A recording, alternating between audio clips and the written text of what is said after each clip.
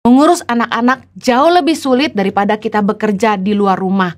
Karena pada kenyataannya, mengurus rumah tangga, mengurus anak di rumah itu jauh lebih melelahkan dan tidak ada selesainya sampai anak-anak tidur di malam hari. Sedangkan jam kantor ada waktunya. Banyak pria-pria yang tidak tahan mengurus anaknya, mungkin satu hari cuma menyempatkan waktu ngobrol main setengah jam saja. Sementara istri nggak ada liburnya. Saya katakan ini karena saya seorang istri dan seorang mama. Ketika harus liburan keluarga saja, saya masih harus mengurus anak-anak dan suami saya.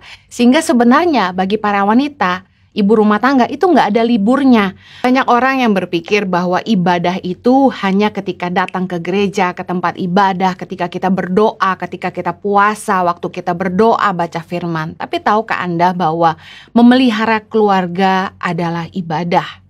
Dikatakan bahwa apabila seorang janda mempunyai anak atau cucu, hendaknya mereka pertama-tama belajar berbakti kepada kaum keluarganya sendiri dan membalas budi orang tua dan nenek mereka, sebenarnya dalam bahasa Inggris kakek dan nenek, grandparents, karena itulah yang berkenan kepada Allah. Jadi ketika kita memelihara keluarga, firman Tuhan katakan itu sangat berkenan kepada Allah. Karena kasih adalah tindakan nyata. Kalau kita bilang kita percaya kepada Tuhan, kita punya iman, itu akan nyata dalam perbuatan dan kehidupan kita sehari-hari. Bagaimana kita memperlakukan keluarga kita, orang-orang yang harusnya kita kasihi dan dekat di hati kita.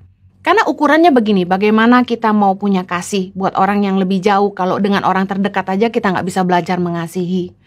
Bukti kita hidup dalam kasih, bukti bahwa kita taat kepada Tuhan adalah ketika kita memelihara keluarga kita dan mengasihi mereka.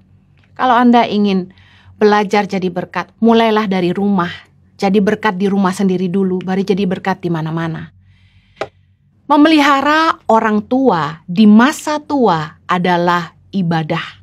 Sia-sia semua taburan kita untuk rumah ibadah, untuk persembahan kepada Allah katanya.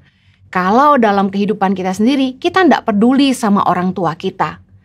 Memelihara orang tua di masa tua sama pentingnya dengan memberikan persembahan kepada Allah. Itu adalah ibadah.